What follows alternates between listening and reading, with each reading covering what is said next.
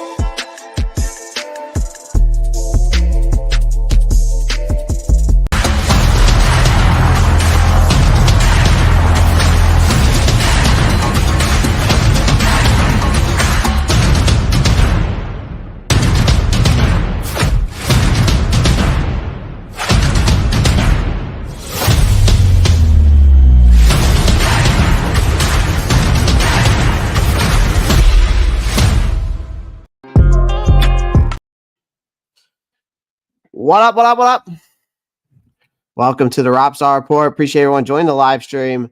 Make sure you pound the like button and subscribe. That's all I ask. If you want to become a member today, please do so. And if you want to, get in the comment section. Love to hear y'all's thoughts as we go throughout today's show. Got a lot of good stuff to talk about. My main man Zach is in the Discord already shooting me some stuff to talk about. Keeping in touch with Jadeveon Clowney, which I already was going to talk about that today, actually. And some other important news. And if you want to see that, here it is. Here's the Discord. He's already added some more stuff. It says that the Panthers will be first in the waiver order until at least week 4. So good players will be waived, can add extra talent. So that's interesting to see. That is very interesting because if you think about it this way, if anybody does get waived, and that means we're first up, so that is very interesting to hear. And we'll talk more about that here shortly. If you are in the Discord, well, then you already saw that I posted up in the Rockstar Gang chat. So now we've got all these different chats. We've got the giveaways chat. We got the Bryce Young debate. So this is where people can come in and debate about Bryce Young. I know that a lot of people like to come on this show and debate about Bryce. You've got the Rockstar Fantasy Football League, which we will do this upcoming season. News and NFL rumors. This is where people can come in and post like the new stuff. Like or I'll come in and post something maybe I find interesting to hear what y'all think. Basically, this is just where we can communicate. I've already got my March Madness. I set that up for you guys as well. NBA, NHL, fan discussions, which means basically the fan discussions is going to be where you drop NFL or Panther topics you would like for me to discuss on the channel. So if that is something you want to, do, I've added that in there. MLB, Madden content, which that will be coming, UFC and boxing, and then mock drafts. So we've added some more stuff in here. I'm trying to grow this community for you guys, grow this community, not only for myself and the channel, but also I'm not trying to add more to the Discord for you guys to make it more entertaining. Right. So, we've got lots to talk about. Got lots to talk about today. First things first, let's get into it. Well, I'm going to use the Discord today since I haven't used the Discord like this before, but I think I might try because I wanted to try it out and see what it's like. I mean, it already kind of gives you a presentation kind of ordeal. So I kind of decided to use the Discord today. And so we're going to get into the first topic of today, and that is Panther news and updates. So first things first. We're going to dive into a couple topics that have came out today in the Panthers world. Really, we're just going to dive deep right now into the rumors around the media. I got some scoop on some things. While the free agency buzz has finally died down, that was just ridiculous, man. That whole first week of NFL free agency was just nuts. And that one day I was live for like 7 hours. And good thing I was, because it benefited the channel a lot. But it also, I tell you, it takes a toll on you for doing it 7.5 hours. So the Panthers are taking stock of what more is required after that period. Still some tough decisions to make. Some transactions still could come. Obviously, I think the attention right now is already turning to the NFL draft.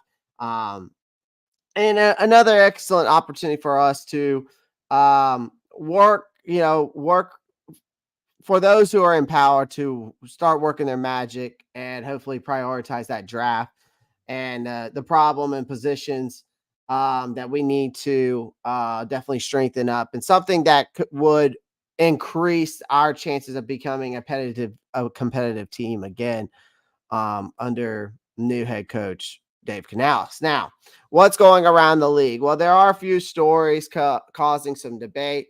Obviously, the Mike Tomlin thing, which we're going to talk about here shortly. explaining his decision as to why he parted ways with Deontay Johnson. Emerging running back target, Jonathan Brooks. The pressure is on Bryce Young and Jadeveon Clowney's potential arrival. Now, first up, let's talk about the Jonathan Brooks thing here. As you can see, emerging Panther prospect. All right, so the Panthers have their eyes set on another prospect in this draft, which is Jonathan Brooks, because they've actually met with this kid recently. The Texas prospect is regarded as the best running back in this draft class. Has reportedly arranged a top 30 visit with the Panthers. And while the Panthers have stood pat at the running back position during free agency, I know a lot of you guys think that we need to upgrade the running back position and feel that that's still a priority and a need. And so do I, but not as much as it is compared to, other positions, right? I think though, from Jonathan Brooks, from a prospect standpoint, could shake up our depth chart. Like if we did get him, it would definitely shake up the depth chart, I think, a little bit, especially in the direction that they decide to go. And Brooks is coming off a great campaign, great season, over 1,100 yards, right? He had 10 touchdowns. He's also proved that he's a pass-worthy running back. He's a great pass catcher out the backfield. That's obviously going to enhance his draft stock, right? And with more significant needs elsewhere, like I said, it would be a surprise if the Panthers selected him. But you never know with General Manager Dan Morgan saying taking the best players available approach. So again, they did visit with him. I'm looking forward to seeing, again, we don't know. So guys, if you're on the YouTube channel, make sure you get in the comment section. If you're watching on Twitter, make sure you can get in the comment section on there too. Facebook, you can get in the comment section. Wherever you're watching, make sure you just come over to the YouTube channel and like and subscribe. Goes a long way. All right. All right, let's get into the next topic, the pursuit of Jadeveon Clowney. So there has been on Twitter, they are still pushing for Jadeveon Clowney here in Carolina. Right now it's in limbo mode, so it's just a waiting game. I know the New York Jets are also reportedly hot on his heels as well. So we have some competition to get him, replacing a talented pass rusher like Brian Burns. Like that we're going to have to do is going to take some time. Does raise some concern about Evero's defensive unit now, because we have lost a lot of guys, but we have made some additions to reinforce that, at least to up to, I guess, as we could have as of right now. I mean, maybe they could have done better. Some people probably believe that. People probably would have rather had Chase Young and people probably would have rather have gone out and got for us to get, there was other prospects out there, right? That I know that we could have, that I've mentioned before, that we could have targeted or I would have rather have had. But sometimes, it just doesn't work out that way. So if Clowney takes his chances elsewhere, we'll find out. The Panthers may wait until the draft to find another guy to replace that role, which we know we've seen a lot of mock drafts lately going after Chop Robinson, right? For example, Adrian Cooper out of Texas A&M wouldn't be a bad one. There's plenty of guys in the draft that I think we could target to fill that void into the pass rusher aspect of things. Moving on to Bryce Young, rising to the challenge. The pressure is on the young quarterback after a terrible rookie season. Didn't go as according to plan, right? However, the treating his situation as a clean slate is the only way this substantial investment in this quarterback will pay dividends moving forward. Okay. We have to look at this as a clean slate. Having a legitimate quarterback developing head coach like Canales, I definitely think should help Bryce Young. It should, right? How much, I don't know how sure of I am, right? You know how I am on this channel. I am 50-50 on the kid. We've had multiple people on the in the chat always starting the debate about Bryce Young. And the Panthers have made, obviously, had made efforts to provide him with everything he needs to make him a better go of things this next season. Right, they invested heavily on the offensive line, getting Robert Hunt, getting Damian Lewis in free agency. They get Devontae Johnson in a trade from the Pittsburgh Steelers, which is a must with pass catching and help, and finally get some help. Right, good thing Deontay Johnson was a top 5, top 6 wide receiver in creating separation last year, which was one of the major issues on this wide receiver core. And there will be no more excuses for Bryce Young. I mean, I will say this. I think that I hate to say it, but I feel like it is a make or break year. I mean, I've been on here and have said it before. I know it's only his second season, but if they go out and do what they've done and gone out and done everything they can to help this kid out, it's like what Doug Peterson did when he got to Jacksonville. He did everything he could for Trevor Lawrence to help him out, and look how it turned out for them. So I'm hoping for the same turnout. But again, there's no more excuses if it doesn't, right? And then lastly, Tomlin's departure decision on Deontay Johnson came out. He explained his decision to part ways with Deontay Johnson, which caused quite a stir, right? According to Tomlin, it was a mutual decision, and it was in their best interest of both player and the team. It remains to be seen to me where Johnson will land next, but the Panthers will be hoping to fill the void, left, right? Hopefully to fill the voids in that wide receiver room, right? Because they definitely need it after having 2 of the top 10 worst wide receivers in creating separation. And number 2 on that list was your rookie, Jonathan Mingo. So that's a big issue, right? It was a big issue. So that's the news and updates around from the Carolina Panthers. Let's get into the next topic here. Now, this is Dan Morgan's grand blueprint that I wanted to talk about. Now, before we get into this, my buddy Zach in the Discord comes in and sends me this. Dan Morgan breaks down free agency moves. All right. And I really want to watch this. All right. I really, really want to watch this. So I thought, why not together? Let's watch it.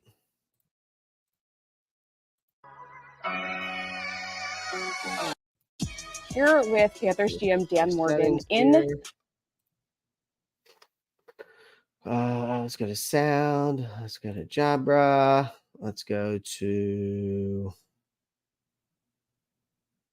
We're going to go with this. We're going to go output this and input this. There we go. The team meeting room.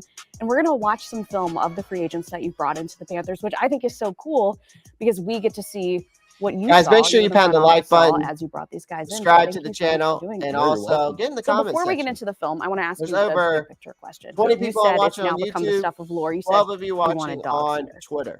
Did you find them in free agency? I think we did. Okay. I think we did. I think when, you start with a guy like Robert Hunt, Damian Lewis, and, A'Shawn Robinson, I think those are 3 guys right there that really fit that mold that we're looking for. And we're really excited about it. So let's start right there with the O-line, because that is where you started.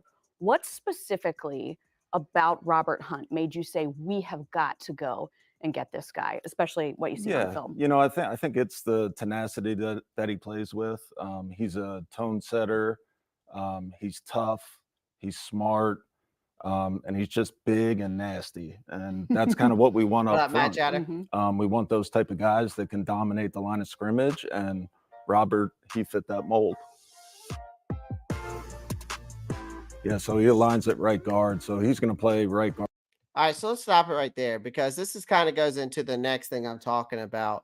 Because, when it comes to Dan Morgan making these decisions, right? I mean, because there has been a few times where I felt like the Panthers have made frantic decisions, right? It's just out of either out of spite or either out of just unknown, or also sometimes I feel like it's they're in a it's hurt in a hurry, right? And him being the new football operations and general manager obviously has made a crap ton of moves already, reshaping this Panthers team, right? With an eye, right. Obviously, his idea is firmly fixed on the future, right? And his stride through the league's spring meeting, leaving fans, stuff like that, and all of us alike were some of us were probably in awe. I felt like there was Panthers fans that were definitely way over their head and saying awe, because I watched the live stream. We watched the whole the whole conference, and then I was looking at the Panthers YouTube. I was looking at the chat, and these people were saying that we're going to win 10 games. We're going to go to the playoffs, and I just was like, you got all of that out of a conference. But what he has done, it's the art of the deal, right? From signing 11 outside free agents to the high stake trades, right? Morgan has already marked a boldness and foresight into this landscape of this organization. He landed star right guard Robert Hunt, and Damian Lewis, who he's talking about, right? Which obviously to me sent shockwaves, I think, throughout the league, because I didn't know if he was actually going to go, they were actually going to go out and get a guard. I didn't know exactly the exact moves that they were really going to make in free agency. I knew that we were going to make some moves, but I didn't know exactly what moves, right? And then, signing really his intent, right? Which we've talked about multiple times in the show, is that what was the vision here, right? The vision here was to obviously build within the trenches, fortify that offensive lineup, right? You get an acquisition in Deontay Johnson, you get a weapon for Bryce Young, right? All right. But in the end, we also lost, right, Brian Burns. We also lost Dante Jackson, Frankie Louvu, Jeremy Chin. And so part of that also made me wonder, what are we going to do with the defense? But to his credit, he went out and got two of the best guards, right? And in this world, every moving piece is carefully crafted. I think that in his mind, he's like a craftsman. He is trying to carefully craft the shape of this organization, right? Just by chipping away at every little piece, right? Whether it's signing like the signings in free agency, or the trades, or the releases. And obviously now we're preparing for the draft. But, I think Morgan now sees the opportunity in the draft picks that we have now, right, to obviously fuel the Carolina Panthers' future and the aspirations that we're looking for and from this team. So I just wanted to say that. Good afternoon. Homesick today. Sorry to hear that, Cyber. I hope you feel well. Not much, man. Just we talked about the news and updates around the Carolina Panthers right now, first up, and then now we're talking about Dan Morgan and the free agent signings he's made. And this video right here is he's going through each free agent signing he's making, and then we're going to kind of break down the blueprint of what this video is kind of really talking about. What up, Jeffrey? What up, Marco, Cyburn, and Mad Chatter? Hard for us. Appreciate it.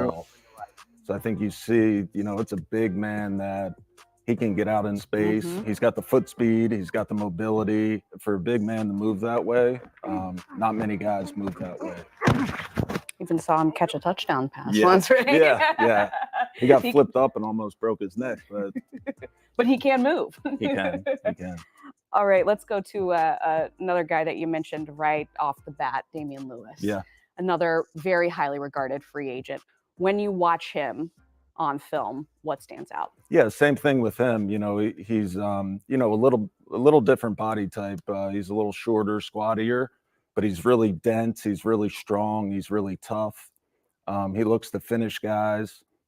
He's got really strong hands in pass pro, and he can move the line of scrimmage in the run game. So that's really what we're looking to become up front. We want guys that can move the line of scrimmage. As you see right there, putting a guy on his back. We just want this type of toughness and this type of tenacity. And you didn't stop there when it came to O-line. Yosh Nijman as well. What about him? Yeah, we just signed him. I think it's a really good value signing. Yosh has played both left tackle and right tackle. And, to have a swing tackle in case of injury at either tackle spot, I think that's really important for us to protect Bryce. So to bring a guy like that in, it was definitely key to get somebody that we could depend on if one of those guys got hurt. You mentioned the key words there, protecting Bryce. It was very clear that that was your top priority. So how do you feel about where this line is right now? I feel really good about it. Obviously, everything's on paper right now and projection.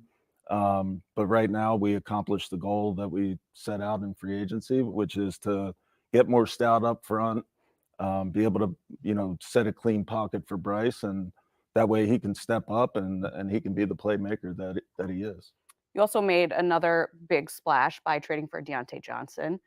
What jumps off the film about him? I think what doesn't jump off the tape, he's the thing with Deontay is the competitor. He wants the ball all times, and he's going to let you know about it too. But you can see on tape his ability to release off the line of scrimmage, escape press, get into his routes. Just listen to his press conference that just released. Dan is adamant about building through the draft. Yeah, I mean, I kind of figured now that he's done. I mean, I think they're going to still pursue Jadeveon Clowney, and that'll probably be the last free agent move they make. But I haven't watched the press conference yet. We might watch it while we're on here. But I kind of figured that. I mean, the only other move I see them making at this point is probably is at least in free agency is Clowney. But if other than that, yeah, I kind of figured after all the moves they've made and haven't done really much, it's kind of been quiet.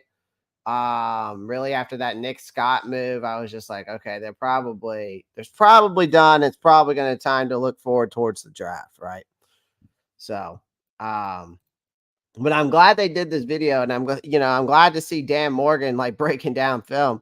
I mean, obviously, the guy being a former player obviously knows his shit. So I don't even know Scott Fitterer could do this, right? I know for damn sure David Tepper couldn't do this. So, I'm at least glad that I know a GM. That's the thing that I like about Dan. He has a football background, right? He's played the game. He's played the game at the highest level. He played he was on this, he had a great career here, played on Super Bowl team. The guy was an absolute dog back in the day. And I can, it makes me feel comfortable knowing that this guy knows talent when he sees it, and he knows what's going to fit best in these offensive schemes or defensive schemes.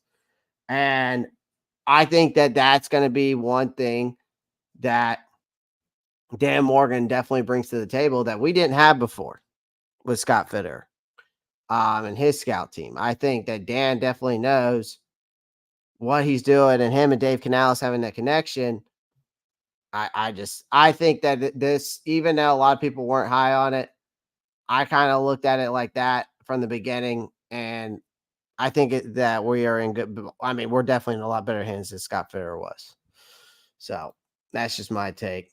Yeah, I mean, obviously this guy can break down game film. He just did it with Robert Hunt and Daniel. He's got really good speed and quickness, and his agility to separate at the top of routes is next to none. So the cool thing about Deontay, I think, in our offense is going to be his ability to kind of move around and play in different spots. And Coach Canales' offense, he can align inside, he can align outside, and as you see right there, he can separate He can take a short catch and turn it into a big gain like he did right there. Mhm. And we need those type of guys for Bryce. They can separate, they can get open, and Bryce is really going to be able to depend on them. It sounds like he's the prototype of what you were looking He for. is. He is.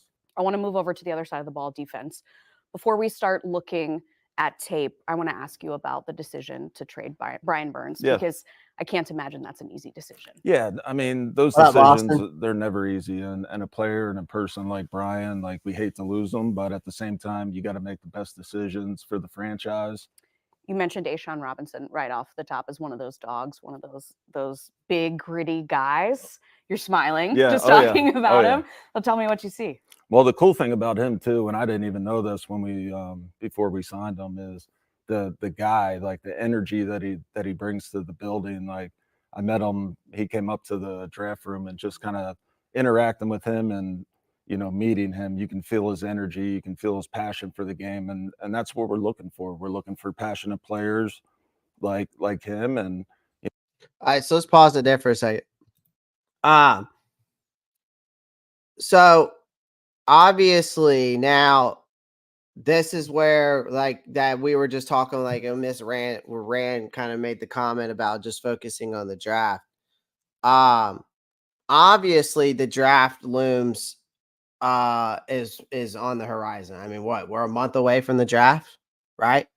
So obviously Morgan's focus now is on that, right? And the for him to pick these guys to sculpt a roster that is brimming, well, not with only talent, but also promise, right? Potential, right? Right. I mean, he's obviously he's come out and said we've got to build this thing through the draft. I mean, that's the exact words he said, right? I mean, obviously his eyes are firmly set in the long-term vision here, right? And he is charting a course that eschews a short-sighted maneuvers for sustained success, right?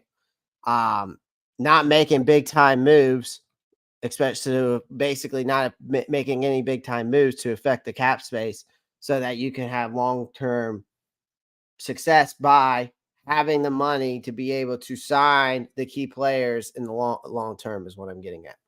That way you can build for the long-term success. And I think that's the reason why he went out and got these contracts that he did. You look at the first year of these guys' contracts, we're eating all the dead cap now, right? This year, we're going to eat all $48 million of that cap. You look at all the guys that they signed, they're all making $1.125 million this year. And then next year, they're capped. Obviously, the cap space will go up on some of these guys' contracts. But the philosophy of this shift, of course,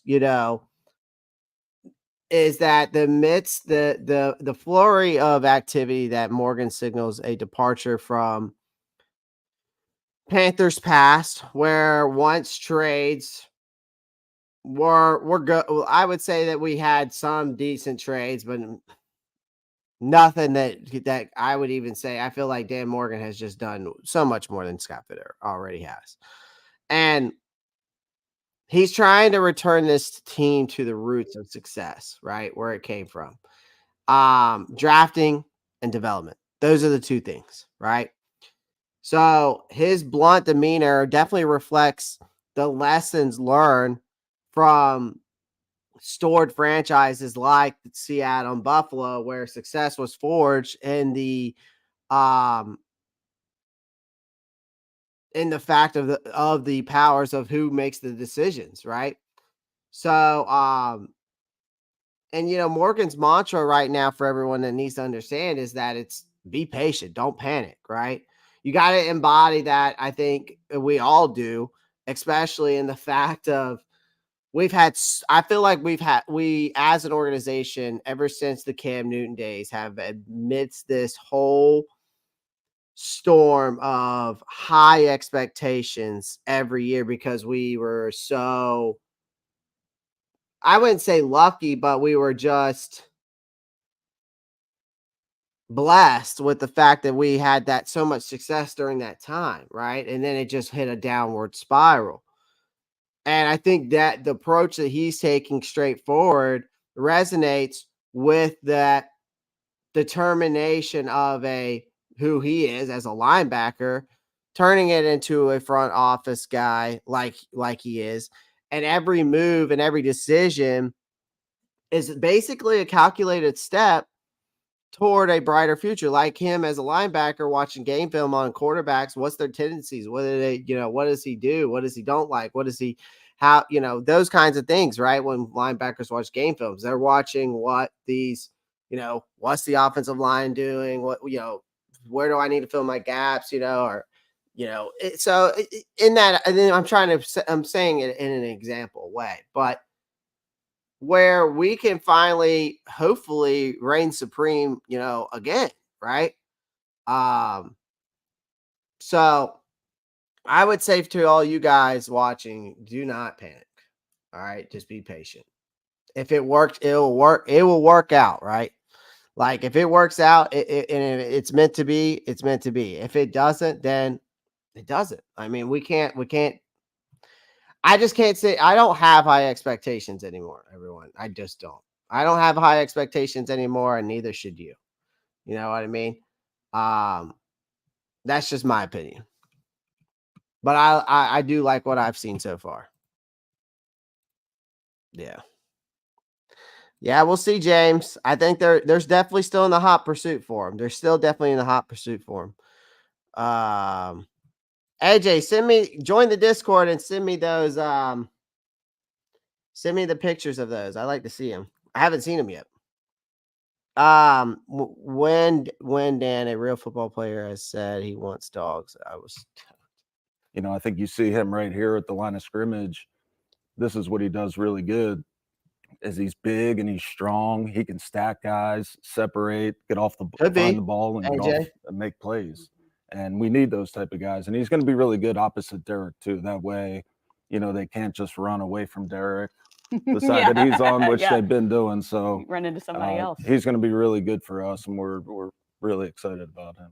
How about DJ Wanham? He's next up on our list. Yeah, DJ, he's a young ascending rusher that we were really excited to get. He's speed to power. He's got a really good long arm. He can condense the pocket, and he can run. He plays, balls to the wall all the time, which is what we want. Yeah. We want guys that love football, have passion for it, and they play with a high motor, and that's what DJ encompasses. I want to ask you about some linebackers. How do you look at linebackers, obviously being a former one yourself, not just a GM? What does a Panthers linebacker have to have? Yeah, I think, in our defense, the linebacker has to be smart. He's got to be able to set the defense. He's got to be able to move the front around. He's got to be able to communicate with the back end. And a guy like Josie Jewell, he's really instinctual. We want instinctual linebackers that can find the ball, make plays, are going to be tough to fill gaps. And Josie fits that mold for us. And the cool thing about Josie is just how smart he is. You could tell he really studies the game. He knows the game. He's always in the right spot. It's rare that you see him out of position. And, in our defense, Coach Ijiro and the staff, they really value that in our defense, a really disciplined defense to where guys are going to hold each other accountable and they're going to be in the right spots. I think he's going to be really good for our defense next to Shaq. I think they're going to be a really good duo together. You mentioned Coach E. Josie Jewell knows him. There's a couple of guys that you have brought in, 3 guys, I think, that have history with Evero and have played for him. Is that important? Yeah, I think it is. Ijiro, obviously, he knows Josie, he knows Jordan Fuller. So to be familiar with those guys, he already knows them as people, but those guys know this defense. So they can plug and play.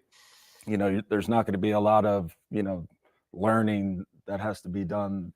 They can literally go out there on the practice field day one and know what the defense is. So that's invaluable. I was going to say, you got to like that as a GM, right? Yeah. Oh, yeah. How about Kaylavon Chason? Yeah. So Kaylavon, he's a guy, he's a former first round pick in Jacksonville, but you talk about traits. This is a guy that has rush traits. You know, he can get off the ball. He's Use really good on this one stunts, instead. but he's still developing. And we thought to have a guy 25 years old, why not take a chance on him? Because the upside for him I have to is, check you that know, out. AJ pretty might high, have to I buy think. one too. I imagine he feels like he wants to prove something too. Yeah, But yeah, you I think gotta, he does. And I think that's There's a part of what Discord. we sold him is like, hey, we're trying to build something around here. And you know, you can be part of building that and you can resurrect your career as well. So I think he really bought into that, and I think he's excited about this opportunity. As we move to the secondary, you mentioned Jordan Fuller as someone that has history with Evero. What do you see from him on the tape? Yeah, I think the thing with him is it's so important in our defense to be a good communicator, to be smart on the back end, and that's what Jordan's really going to bring to our defense. He's going to be able to get guys lined up, get us in the right coverages. He knows how to disguise, and he's a really good tackler. So, and finally, let's talk about Dane Jackson as we round this out. What do you like about him? You know, Dane is a guy that we drafted in the 7th round when I was in Buffalo, and you know, Dane is tough. He's competitive. He's really smart kid. He's not afraid to come up and tackle and run support. So I think he's a really good fit for our defense and what we do. And I'm excited to see him in this type of defense. How fun is it to be reconnected with guys that I'm sure you had a strong opinion on him when you drafted him in Buffalo? Yeah, it's pretty cool. And you know, I saw Dame when he came in here to sign his contract, and you know, to see him, I haven't Zach, seen him you're in the 3 Discord, years, brother. so to see him and the excitement on his You're face, in the Discord. it I was always really good post to it in the connect with Rockstar him. gang. Now, I know a GM's work is never I done. always Front post my office's live. work Maybe is I'll never start. done. Maybe I'll But make a live as we thing wrap text this up, channel. how do you feel about this free agent class? I mean, I appreciate them doing this video. I appreciate them doing this video. But and what they did with this video, I really do. I'm glad that he got to break down why he picked every guy. We got to really see why he chose this, kind of break it down. Yeah, Zach, I always post it on the Rockstar gang. Here, I'll share. I'm about to share my screen anyway. So it's right. See, it's in here. I always post it in here.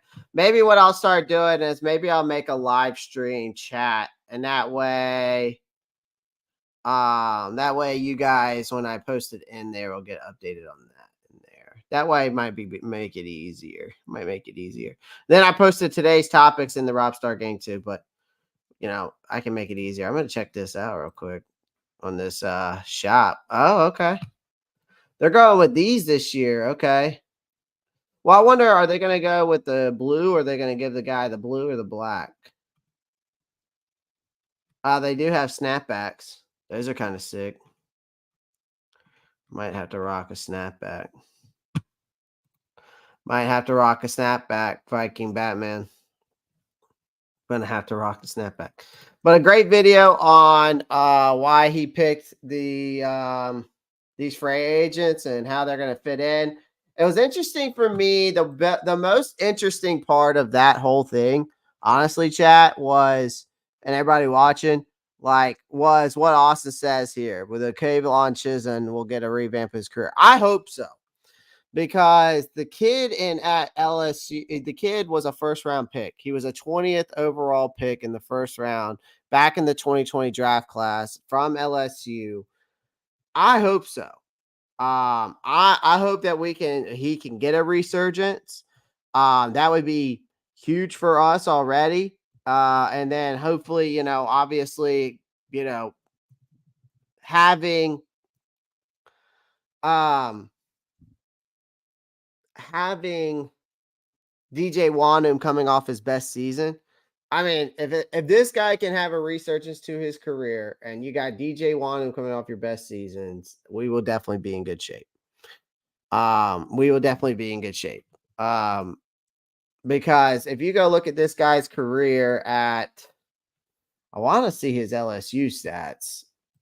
Jadavion Chasen's LSU stats. Yeah. I want to see what he did. Okay.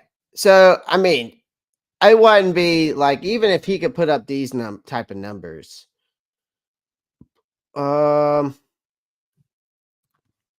Yeah, I'm looking at his college stats here.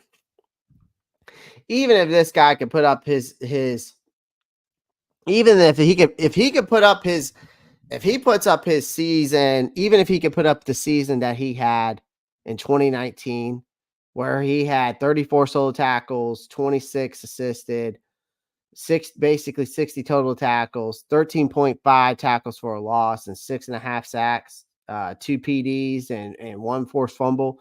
I mean, if he could have a season like that, and DJ Wanuke's coming off his best season like that, I mean, our pass rush would be in very good shape. Obviously, that is wishful thinking. That's obviously hopeful thinking.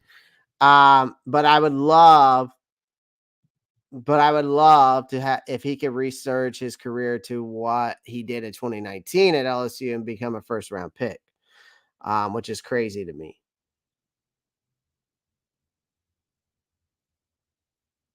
Come on, y'all, hit that like, subscribe. Dim is free.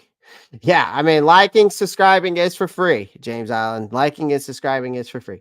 Oh my gosh, what? The news? Y'all got bad weather? I don't have any bad weather. It's nice here. I read somewhere that he's more of a 3-4 defensive end than he was a 4-3. So basically, he was playing outside of the position in the scheme. I mean, that could be a possibility too. I mean, we've heard that multiple times around the league where guys were just not in the right positions. But you never know. That could be the case. I'm not even kidding you when I say this. We are going to have to bring another kicker for competition with these kickoff rule changes. They are going to need to be very dialed in. AJ Brooks, I agree. I totally wholeheartedly agree. If we go look at this, because now here's another thing that they just came out with. The hip drop tackle's out for 2024 season. Because the owners voted that out to make it a 15-yard penalty after the rash of the recent injuries on the play. I'm not really too sure how I feel about that, honestly. Because I mean, again,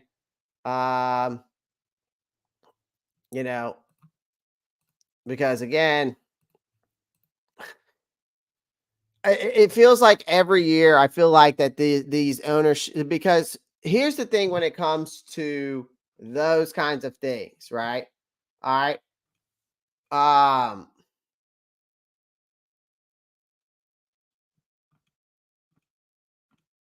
There's a funny fact about that tackling rule too that just came out today. I'm trying to find it.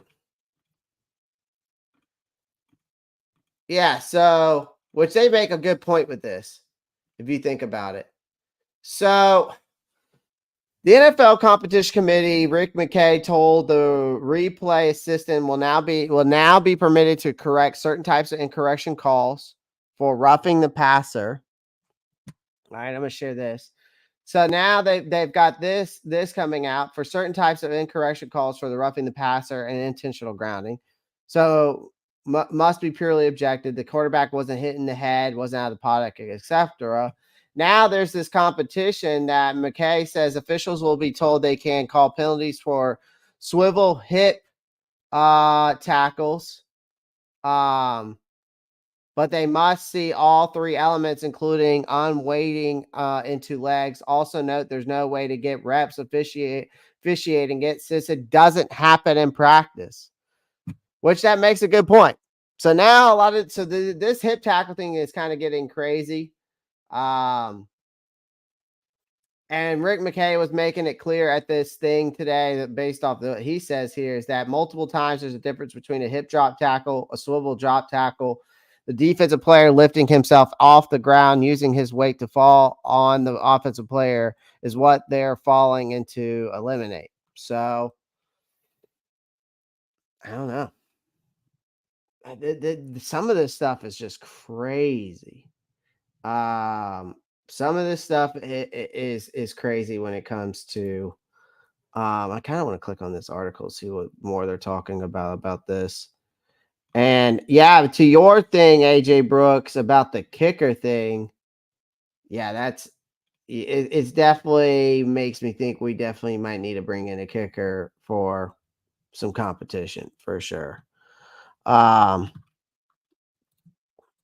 Yeah, he's a stand-up linebacker more than hand and Derek Deegan was playing out of scheme in Jacksonville. He was also playing behind Josh Allen too, so which I mean, Josh Allen's an absolute stud. 20 and 1 yard lines beyond is a must, or the ball goes to the 40. They're trying to drive the scores up. Yep, that's what they're trying to do. Yeah, that makes sense, man. I mean, this is nuts, man. Will this new NFL cook-off rule? You really won't have a good kick returner in NFL anymore because of it. I mean, I think that you will. I think that's the thing. They're also trying to drive the score up, but they're also trying to make it more exciting. And I think also when it comes to the kick return, you're gonna see maybe some more kick return or the kickoff. I think you're gonna see more kick returns. You might see more kick returns in this. I think that the probability is going to be better, actually. Yeah, I mean, I think you're going to have Zach, I really think you're going to have a better chance of seeing kick returns in games now. A lot more often than we've seen in years past. What's the latest? They signed someone new yet? Now, I think that they're going to be Flames Shoes 87.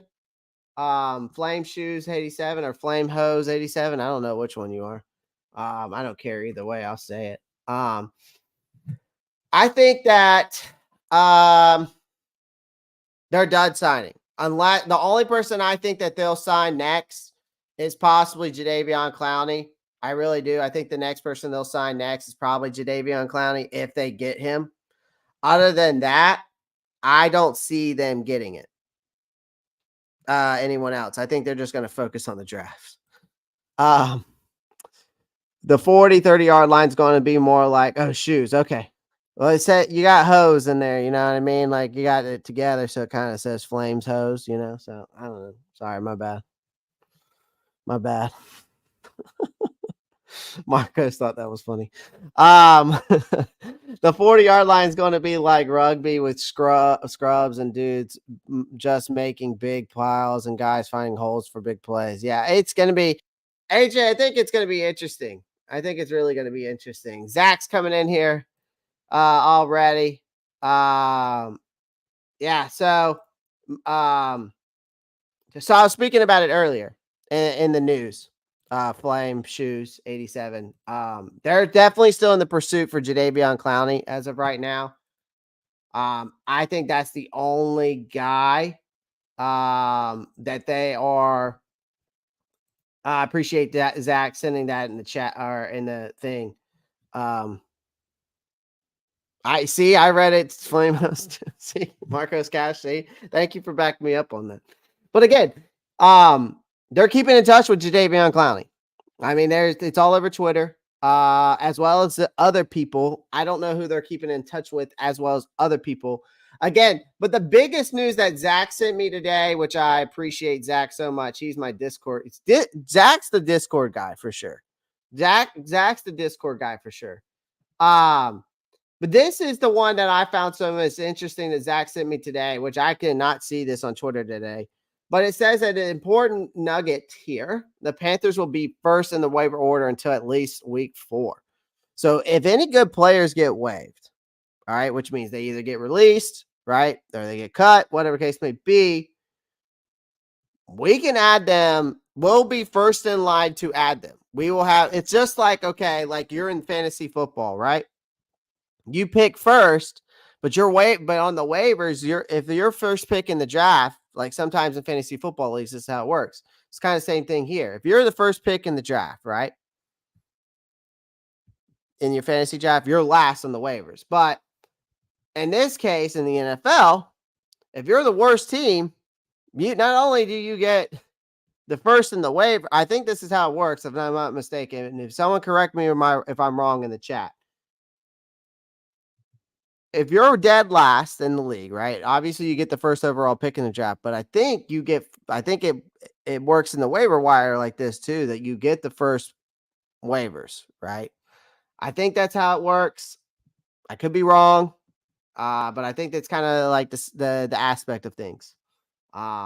But if someone correct me if I'm wrong in the chat and tell me how how a team becomes first on waivers. Let me see. I can look it up actually.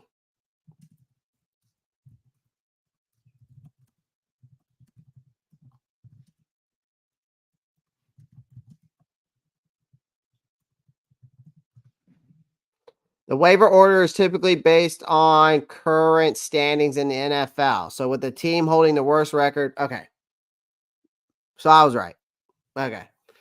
So this is the reason why that tweet that Zach was showing, not this one, this one that he sent me. So I was right. So the waiver order typically is based on the current standings in the NFL, with the team holding the worst record, also holding the highest waiver priority. This means that if multiple teams place a claim on the same player, the franchise with the highest waiver priority gets the claim the player first. Just so y'all know. So that's interesting. What the fuck? When did Dan Morgan have a press conference today? I don't know, man. I missed it. But back to the Dan. Let me get back to what I was talking about with the Dan Morgan thing, because we watched that video. I kind of got off track here, but I want to finish it off by saying this after watching that video. And it's probably going to be the same thing he probably talked about in his press conference today, because I haven't watched it. But Dan Morgan, I think it has taken this journey of this obviously has taken a journey with this organization already. He's already taken us a lot farther than I felt like Scott Fitterer has. Now, again, y'all got to understand one thing. I don't think we're going to make the playoffs. I don't think we're going to win this division. I told y'all my ceiling of winning games here is 6 wins. My floor is 3. I'm keeping it realistic. I'm keeping my expectations low, because I've eaten my crow for the past 3 years saying this team's going to win the division and it's going to make a playoff run. And I did that with Teddy Bridgewater. I did that with Sam Darnold and that team the year before that. And then last year I said it. I'm not doing it again. I have to keep it realistic. I have to I don't want to keep y'all coming on here and thinking, that I truly believe that this team can make a run. If they make a run, great. Then it exceeds my expectations, and then I get to be excited that it happened that way, right? But this transition, he acknowledges as that's what he acknowledges it as a transition. The road ahead may be bumpy with a lot of challenges, and obviously Morgan's got his commitment and instills confidence into me. I think it instills confidence in these fans and you guys. I hope so, and players alike. I mean, we're in the dawn of a new era. Okay. Morgan has painted this picture of a team that's being almost like reborn, right? With every signing and every trade that they make, right? You get guys like guards, like the Hunt and Lewis thing, along with, and then also getting, Yash, what's his name? Yash. I can't remember how to pronounce his name. Yash. I can't pronounce his name. It's Yash. No. Or Yeesh. Yeesh Johnson. I think that's his last name. It's not Johnson, is it?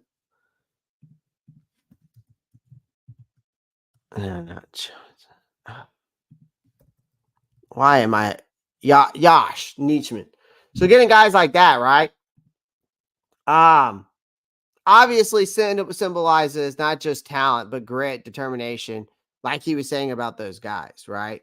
He's obviously wanting to build towards the future, right? He declares that his words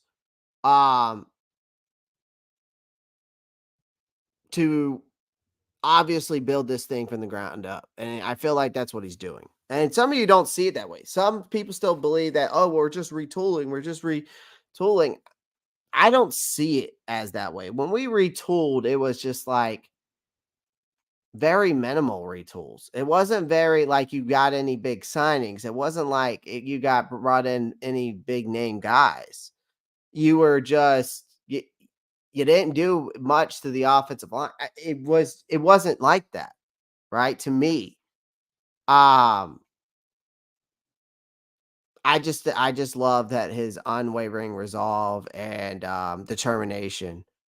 Obviously, what he brings to the table and his mentality, I think this organization needed because, and he's a hard nosed guy. You could tell he's a hard nosed guy. He's serious. He's not just some, just some bum off the street. I mean, he broke down game film, so he knows how to play ball. Like he played at the highest level. So again, yeah.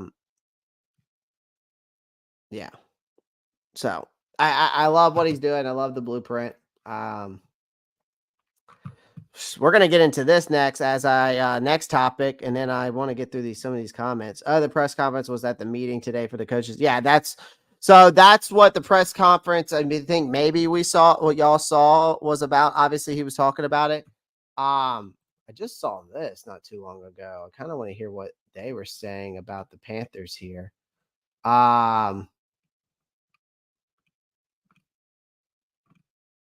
Apparently, the Carolina Panthers also had a chance to match Mike Williams' contract offer that the Jets, but they declined to do it, which is fine by me.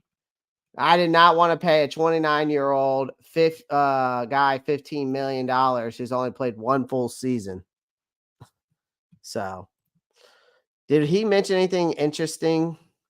I don't know. He said he's not ruling out yet of drafting a tight end in the draft. Okay, that's good.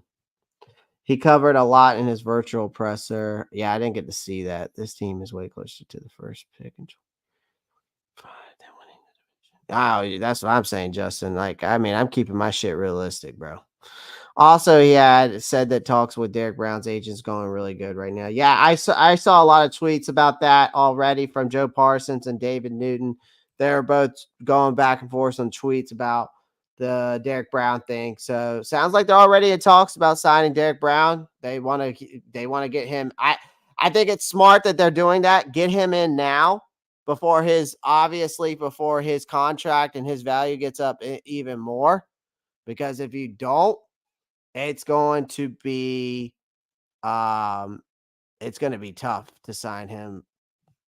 It's going to be tough. Like it won't be tough to sign him. You're just going to have to sign him for more money. And I'd rather get him now at a good price than reap the consequences.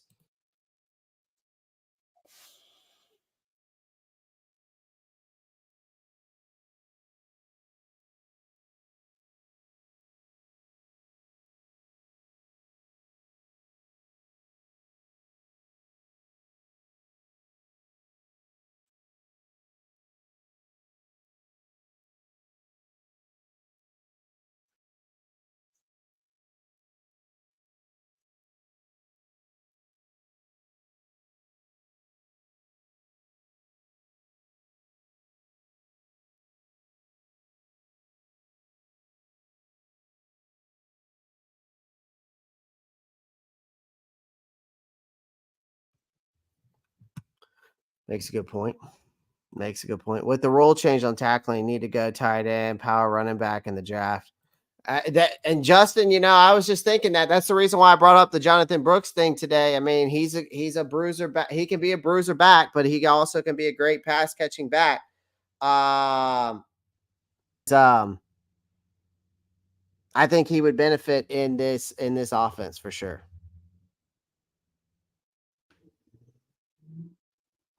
They said both sides are not rushing into his contract to get his contract. Well, that's good that they're not rushing, Zach, but I think it's good that they're already in talks. So that means that it will be, hopefully it'll be a nice, slow, steady process of them signing, right? Personally, I'm sick of watching my favorite players walk away. I feel that, man. I feel that. Now I think it's a new era that we won't see that as often now, Kenneth. I really don't. I think that Dan Morgan is key on keeping his key players here. I really do.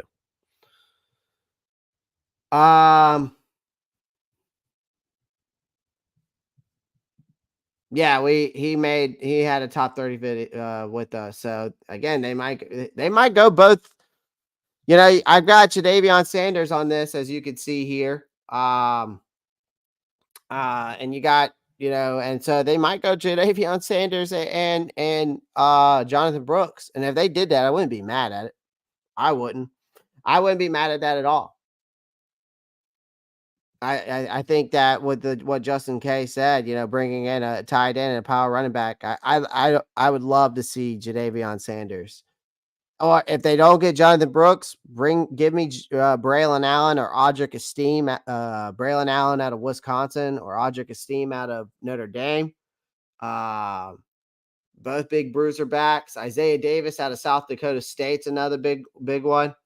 And I think all those guys at least run like a 4.4, 4.5. So I like that.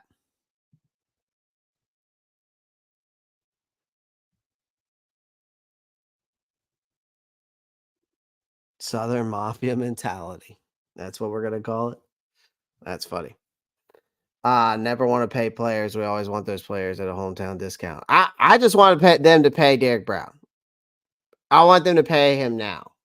I don't want to pay him to where all I'm saying is I don't want to pay it where it's an astronomical amount where we can't afford. Not saying that we wouldn't be able to afford other players, but I think that you should, if you want to keep, you should sign him now before the price goes up. That's all I'm saying. Braylon Allen for the win. There you go. All right. So these are some of my top prospects I think that could benefit this team in the draft. Obviously, I think, but unless Carolina signs Jadeveon Clowney, I think that you should, because I think the last signing they might make, because obviously they're still in pursuit of Jadeveon Clowney. There's also rumors that he's still out there, that they're still staying in touch with Jadeveon Clowney, that Dan Morgan is. So so I think that would be the last free agency move. But I know that today Dan Morgan came out and said that his main focus now is on the draft. So these are some guys that I think could, if we're looking on the offensive side of the ball, these are some guys I think we could target to obviously complement, this offense. Xavier Legette, as you see on there, a big time pass catcher, big body target. Obviously, I think he's a tempting prospect. Some people don't believe so. That's fine. He had a slow start in college, but then he had a breakout performance last year, a stellar pre-draft showing. Now has put him in, I think it has put him in our spotlight as one of the guys we made target. We've seen plenty of mock drafts out there with him in it. His imposing presence on the field, though, I think provides Young a reliable red zone threat, somebody he could just throw it up to.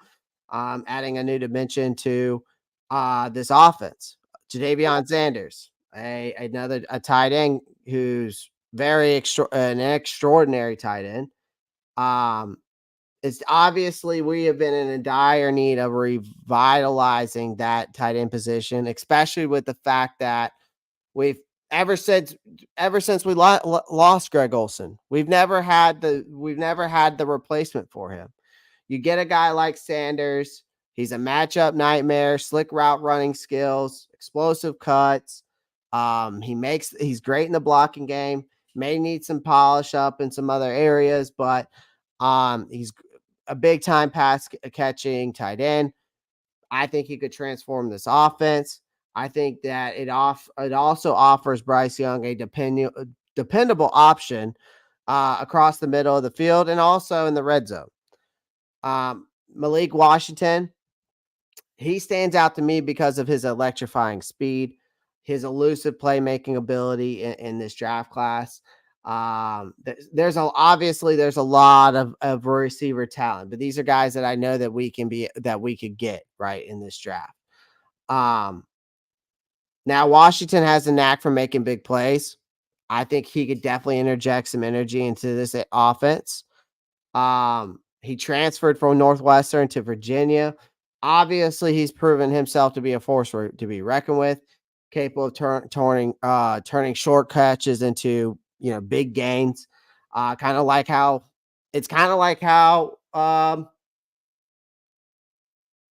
Dan Morgan said about Deontay Johnson. He can take short routes and make big plays, and Malik Washington can do the same. If you go watch his game film, he does that a lot. And then Trey Benson, that's another guy I should have mentioned in the running back room. If you want a big bruiser back, there's another one. We may see them stay content with the running back options though. Again, but you never know. Okay, I think Trey Benson offers a compelling blend of size, and speed that definitely could elevate our ground game.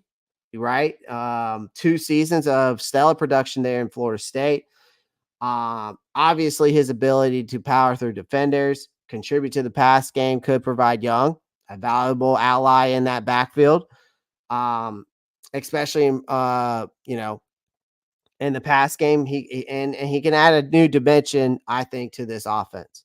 Keon Coleman, I think he's a diamond in the rough when it comes to the wide receiver rooms. I think he is a broad receiver with talent. There's obviously in this draft class, there's so many good wide receivers, but again, I think he could be a potential steal in the second round. Obviously, there are some concerns about his transition to the NFL, but I think that's with any type of prospect, right? And so I like Keon's size. I like his athleticism. His contested catching ability, I think, makes him a tantalizing prospect. I think Young could benefit from him. Obviously, they could develop into a formidable duo. You never know, right? I think there's a bright future either way. With Keon Coleman, I think there's a bright future with any of these guys on this team. That's why I picked them. I think any of these guys on this team, or any guys on this screen, but I like these guys a lot. Hey, Derek Brown, for sure. Derek Brown watching side eye can't be great somewhere else. Be good. Maybe he be good. Do you talk to Derek Brown on the daily? Do you know what's going on in his head? Can you read his mind from afar? Do you have those telekinesis powers? I don't think so. You never know Derek Brown may not feel the same way. That may be the way you're thinking. He may feel that he wants to stay here. Obviously, he does, because him and his agent and Dan Morgan and Brant Tillis are on good terms, and they're talking about the future. So obviously, Derek Brown's buying in. So I doubt that he wants to be anywhere else. What's good, bro? Just getting on. Have we done a mock draft yet? Not today. I'm not going to do a mock draft today. I will do one this coming week. I don't know. I don't know if he wants to stay, be good, but we don't know that either. But again, there's obviously lots of reports out there that him and his agent are on good terms, and him and Dan Morgan are on good terms, and they're having great, everything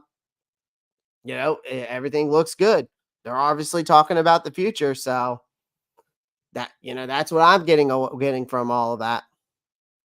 Look at what I just posted in the Discord. Let's see what you got. Let's see what you got. Oh God. Please don't tell me we're going to be in this. New owners are expected to vote in expanding this in-season version of Hard Knocks. Just one team to have an entire 4-team division. Please don't tell me we're going to be a part of this. Please don't tell me we're going to be a part of this Hard Knock shit.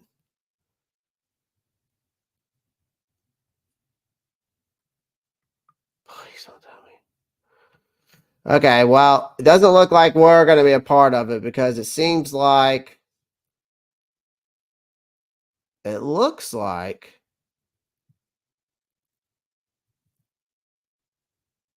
they're targeting the Jets again, the Saints, the Bears, and Commanders for this, Zach. So I'm cool with that. I just hope that we don't. I don't want to be a part of that hard knock shit. I don't. I don't want to be part of that hard knock shit. So, Stacy, a lot of people are coming out saying that he reminds them of DK. I hope Corbett can play center. I mean, Sean, he's played center before. I mean, he played center when he was in LA. I mean, so I'm not too worried about him playing center. The only thing I'm worried about with Austin Corbett is his knee. He tore his ACL 3 to 4 games down the line. He tears this MCL in the same knee. Injury or concerns are more my concerns with Corbett than anything else. Right? That is my concern with him. I'm not too concerned with that. Cole or Mitchell, I'm fine with. Yeah, me too. I just don't know if Adonai Mitchell's going to fall to that round. I just don't know if he's going to fall to the second round. I just can't shake the idea of Sean, Tavondre Sweat, Derek Brown. If Dan Morgan is serious about dogs, this checks the box. I mean, if he goes Tavondre Sweat, man, that's a formidable defensive front, man. I mean, that could be a formidable defensive front for years, right? In all of my mock drafts, I've picked center, wide receiver, edge, tight end, corner in that order. Sounds about right. I think that we've done that over. I think I've done that too. I kind of try to switch it up each and every time I do want to see what it looks like. I'm gonna be happy Panthers win 5 games this year. Improvement. I just don't see it. I'd be happy with it too. I'd definitely be happy with it with a 5-win season. But I mean, again, I'm just gonna say I'm not gonna say I don't see it. I'm just saying I'm gonna say ceiling 6 wins. Floor 3. Definitely drafting a center at some point. For sure. They definitely are drafting a center at some point. I just hope they target one of the big 3 guys. Like, they're not going to get JPJ because JPJ is not going to fall that far down. But Zach Frazier out of West Virginia, Cedric Van Pran out of Georgia. I wouldn't be mad at Drake Nugent either. I wouldn't be mad at Drake Nugent out of Michigan. Delmar Glaze out of Maryland wouldn't be bad. Other than that, I mean, I feel like I'm missing. I mean, Bogues Limmer out of Arkansas, maybe. But again, if they can't get JPJ right, if he does not fall, which I don't think he will, I think you either got to go Zach Frazier, Cedric Van Pran if they're available. Or you're gonna have to hope that someone. We're going to have to hope that someone, since we are first on waivers. So again, maybe if they don't get a center in this draft, which I don't see it happening, if we are first on waivers, maybe they do maybe someone does cut someone. As long as we're competitive, Sean, I'm hoping that the same thing, as long as we're competitive at the end of the day.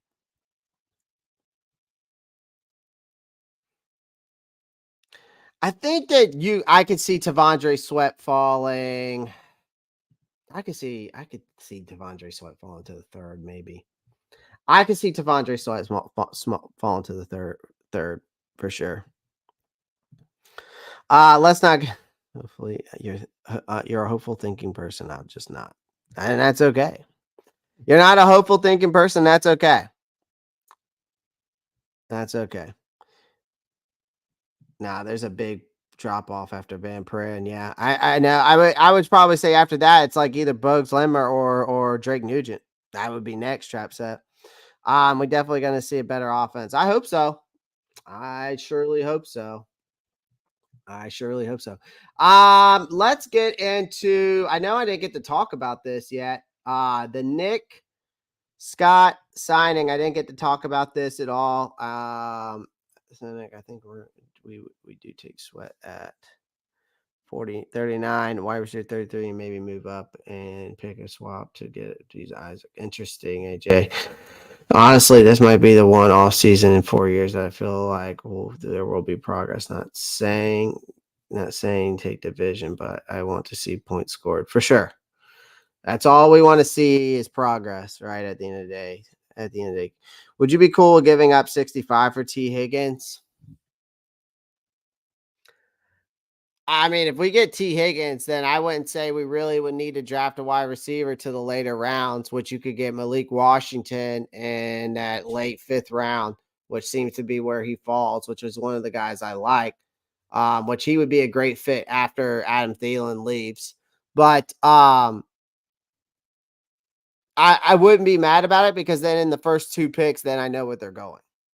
If they go, because if they actually did that trap set, I think they would go and get like they would definitely go center and then like edge for sure there. I just don't know if I'm willing to give up a draft pick for T. Higgins. I think that we just need to build within the draft. And if they're going to do anything and make any trades, what they need to be doing is trying to trade their picks for more picks. So trading back. I think that you got to think about that. Think about it. I think they really need to think about doing that. I could see Carolina trading back at least once or twice in this draft. I really do. And I think that if they do that, it helps the it helps the process of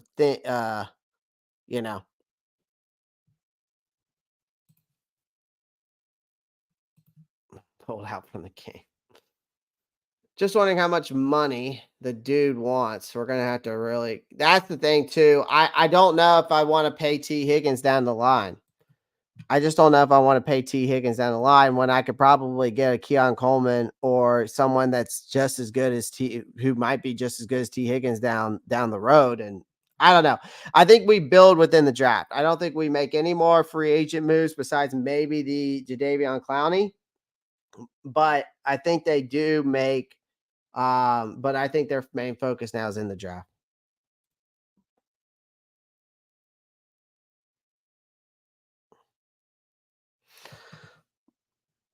Yeah, let's not. Y'all love this. Y'all got to stop talking about this craziness. All right, Panthers obviously had. This is their latest addition they have made. I didn't talk about it. I didn't harp about it last week. Obviously, a 1-year deal. Brings some experience to the team, having spent 3 seasons with Evero in Los Angeles. So that he obviously is familiar with this. I mean, that's what, what's funny is like, we just watched that video on Dan Morgan talk about the free agent signings. And he said, we brought in guys that could already go in to practice today and already know what their job is and what they can do and how the scheme works under Evero because they've played under them. Right. So, obviously they reunite Nick Scott with former teammate Jordan Fuller, who signed with the Panthers last week, or the week before last, something like that.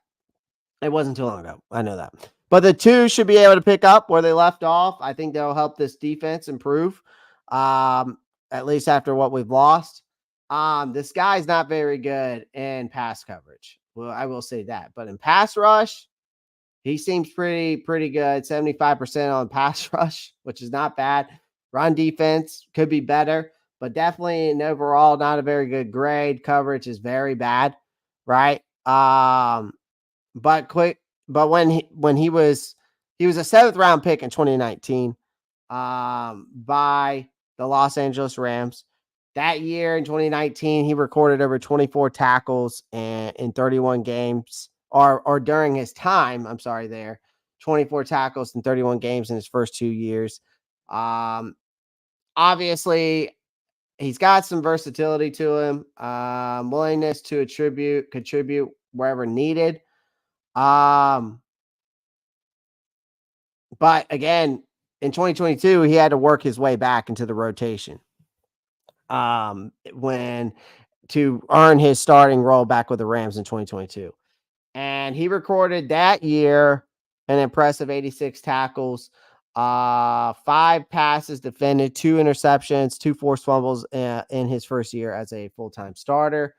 Then after spending the 2023 season in Cincinnati, he comes over here. He's going to be a backup option behind Fuller and Xavier Woods. He can play both free and strong safety positions. Overall, I think it's a smart move, but I think just because he brings experience and depth and versatility in our secondary, I think will undoubtedly help. But it's not like I'm going to be like, oh my gosh, what a great signing. But we'll see. We'll see how it pans out. I mean, that's really, there wasn't really much for me to say on him. I'm happy for him. Or I'm glad we got him. I mean, it's just adding to our team.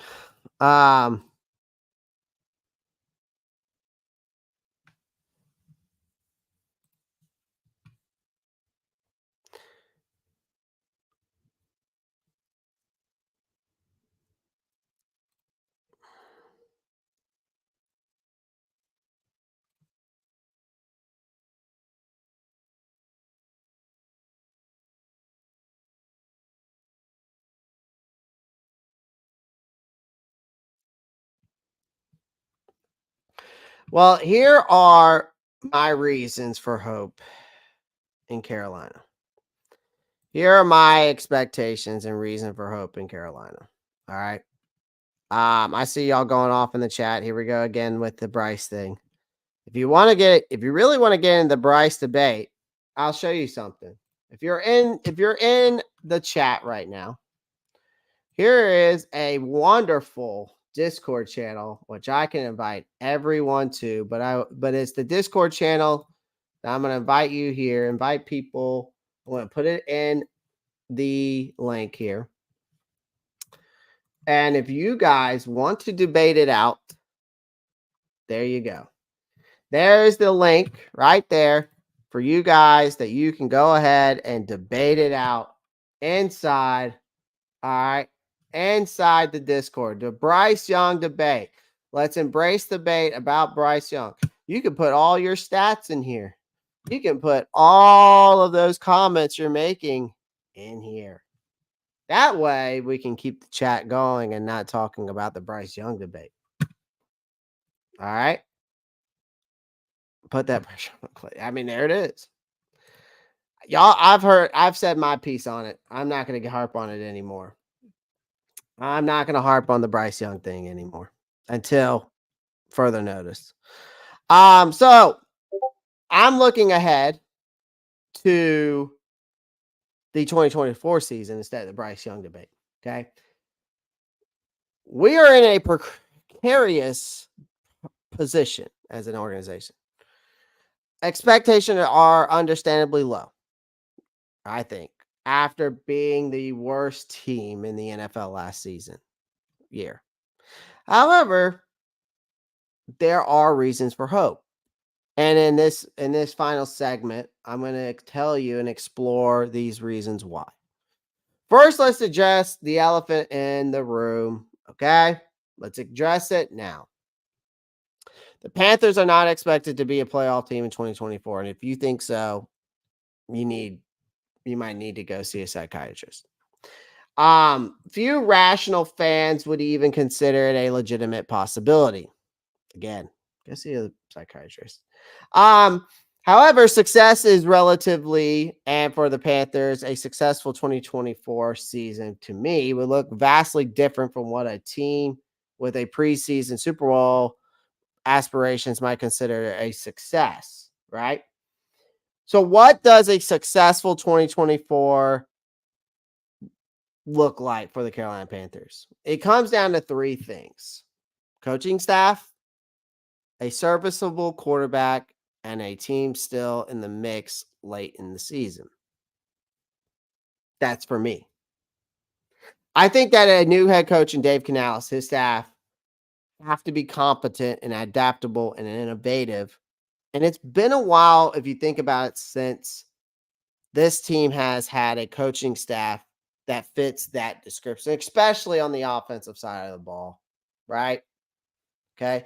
The Panthers will undoubtedly lose a lot of games in 2024, in my opinion.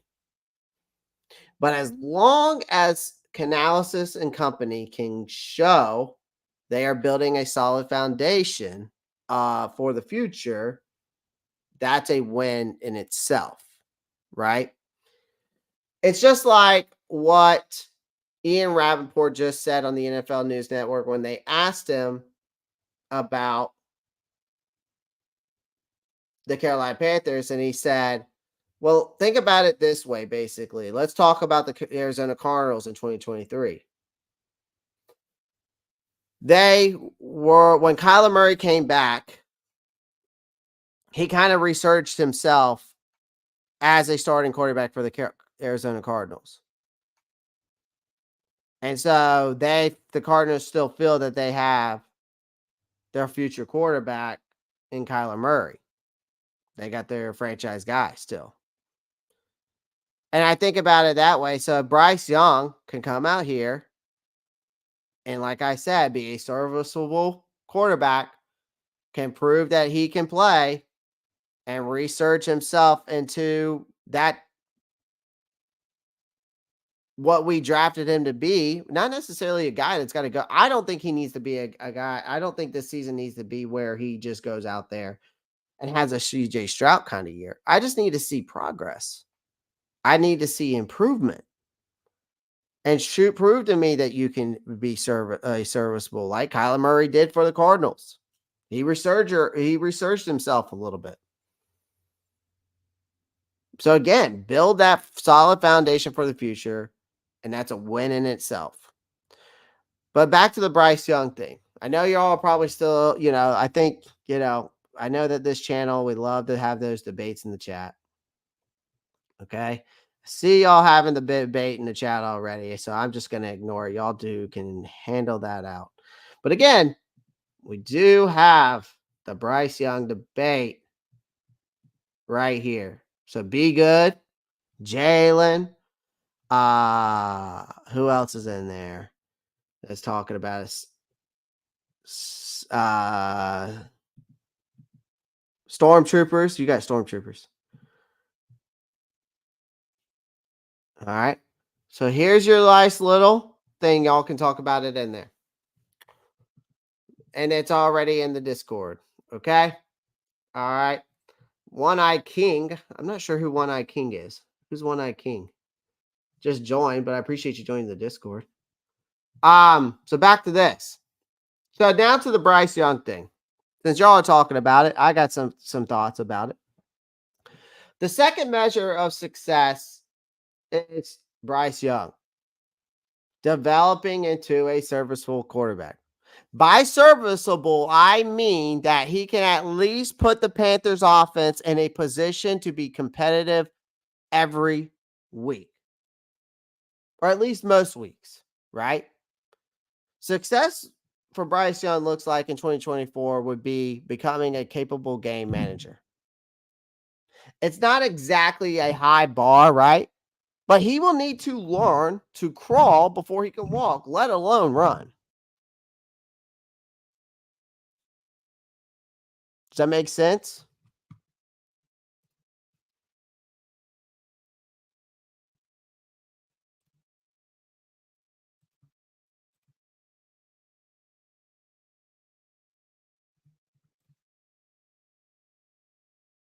Be good. I'm not doing a StreamYard.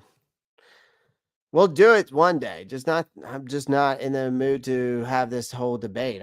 You got to listen again. If you join the Discord, y'all can have all the debate you want. But again, that's the way I look at it. The first two things is Dave Canales and this coaching staff have to be competent, adaptable, and innovative. Build the foundation for the future. That's a win in itself. Bryce Young, become a serviceable quarterback. Again, that means that he can put us in a competitive position week in and week out. Right? Because basically right now we just need to see if Bryce Young can even be a capable game manager. I don't think that's a high bar to ask for. But again, I think he still needs to learn to walk, learn to crawl before he can walk, like I said, let alone run. It's just like also what, it's kind of like what Big Smitty said on that podcast with RG3, right? It's just like, well, I call him Big Smitty, but I meant, Smitty, Steve Smith Sr., right?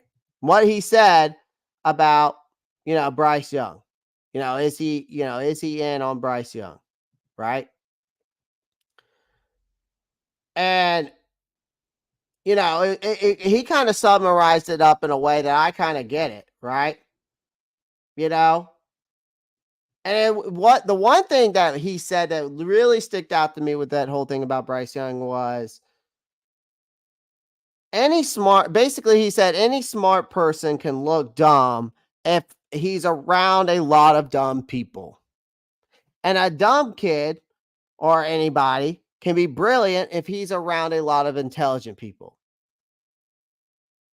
So it's not just about the individual talent, right? It's about also the company you keep, right? And I think unfortunately last year, his company didn't do much to elevate him in his first year in this league. Again, I think Frank Wright was a terrible coaching fit. I think it was a rush of a hire. Still think that to this day. And people can disagree with that. People can say, well, he did this, he did that, he developed these guys. He's one of the best college coaches. He's one of the best NFL coaches. No, he's not. No, he's not. I can name multiple coaches that are better than him. I can name multiple coaches in the NFL right now better than him. And you had to deal with a struggling wide receiver corps that couldn't create separation. I already proved that to you guys already. I got receipts to prove that we had one of the two worst wide receivers at creating separation last year. 2 of the top 10, by the way. Again, with the offensive line, you had the offensive line that also allowed over 20 or over the second most sacks in the NFL, by the way. Right behind 62 of them, right behind Sam Howell.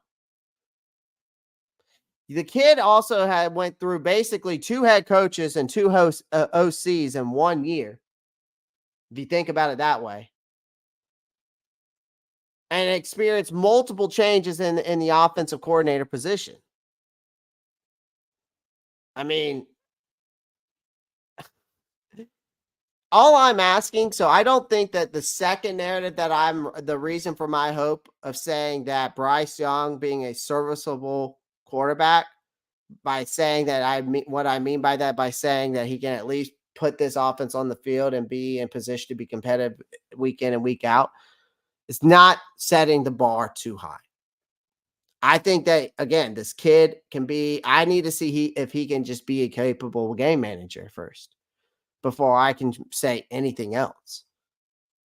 I think that, again, you have to look at it from that standpoint. And I think the thing is that the Panthers must play well enough to be in the mix late in the season. I don't think that's too much to ask for. Even if they don't win five, even if they don't win 5, like more games than I'm expecting, right? I mean, they started out that 2023 season 0-6. And then the season was over by mid-April, mid-October, sorry. And I think that's just a lame experience for us fans. While I'm not expecting a Super Bowl in 2024, we at least want a reason to care in November and December, I think. But I don't see that happening. I still think it's going to be 5 to 6 wins, maybe at most. And I think the low end or the floor again is going to be 3. I think if the Panthers aren't mathematically eliminated, I think that if somehow, some way, the Panthers aren't mathematically eliminated from the playoffs by Thanksgiving, that's a successful season in itself. And if that's the case, I'll be astounded. So why are those the reasons for hope for me? Well, in the NFL, it's an unpredictable league. The Panthers have the advantage of being in an inconsistent NFC South. I will say that. So that's something we do have to think about. We are in one of the most inconsistent divisions in the NFL. I think the Falcons made the division's biggest splash by getting, of course, Kirk Cousins. He's coming off an Achilles tear and is learning a new system. Buccaneers gave $100 million to a quarterback, Baker Mayfield, whose career was married by inconsistencies, but lost his OC to us, who basically helped him out, which that's been the narrative, right? I mean, the Saints went 9-8 last year, but their fans spent most of the season booing Derek Carr. And so there's no steamroller in this NFC South. And if the Panthers can outplay 3 other teams in that division that lacks an alpha, they have a chance. I will say that. I'm not saying that they will, but there is a chance. And of course, the whole thing about this, because over the last 5 years, right, the Panthers have perpetually disappointed us, right? Being pessimistic about the recent past and current prospects of the Carolina Panthers doesn't make you a pessimist. Makes you a realist, like me. So there's no reason to believe that the Panthers could surprise people. They may have some smart moves in free agency. I think one player who could make an impact in this game, though, is definitely Jordan Fuller, the safety. I mean, he brings that quality depth to the Panthers secondary that needs it. Through 48 games over there for 4 seasons, he was averaging like 5.8 tackles per game with a career high tackles of 113 in 2021. Then after injury that shortened him in 2022 season, he rebounded in 2023 with 94 tackles and 3 interceptions and 3 forced fumbles. He's not going to replace those voids, though, right behind like Brian Burns and Frankie Luvu. He can make an impact in a thin Panther secondary. Overall, and that what I'm saying to this and to this image to itself, if you're looking at it, right, the Panthers are not likely to be a playoff team in 2024, and I still don't believe they will be. But again, we always have to think about it in the back of our minds that in a division that we're in, with how inconsistent it is, we could end up surprising people. And that's just me being a little positive. And maybe not as much as a realist in that aspect of things, but I do have hope in some aspect of things for this team. I mean, if this coaching staff is as competent as I believe that they will be, and they develop Bryce Young correctly, the way he should have been developed in the first place, and a division that lacks an alpha, it's not easy by any means, okay? And plenty of maybes are involved in this, right? A lot of maybes. But that's the beauty of the NFL, guys. Like, that's what I'm getting at here. Anything can happen. Anything can happen. It's just like on any given Sunday.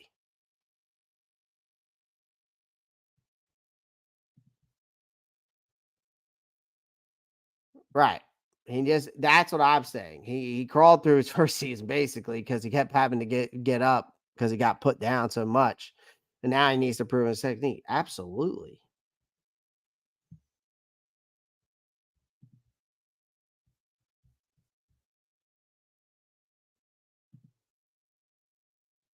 I know. Ian Lindsay, it'll never make sense to me, that Frank Wright hire.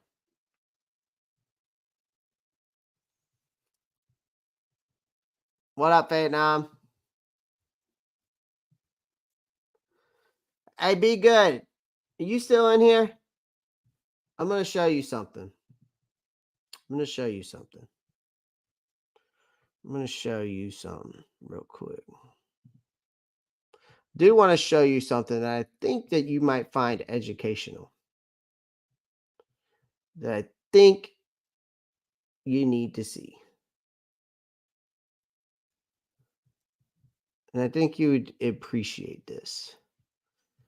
Now, guys, y'all have seen the show, and who has watched the show last week or seen any of it. So last week, I was tweeting a lot. I was tweeting a lot.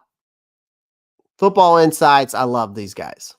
I've had I have DM'd them and we've had some talks. Might have to get them on the show at some point. I would love to have these guys on the show. You can see why. So this is what I put. You can see why the Panthers went out and got Robert Hunt and Damian Lewis. So what this chart proves is that this is allowed pressures. Okay.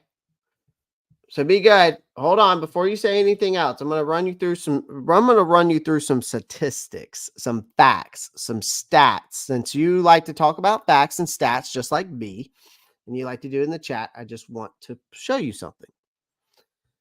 Allowed pressure shares are the responsibility 2023 throws. This is based off position, and if the QB means that quarterback is the person, he's responsible for the sack. 18% of them came from or no. Where is Bryce Young? I know he's right here. Bryce Young. Okay. 19% of those sacks last year came from Ike Ekwonu.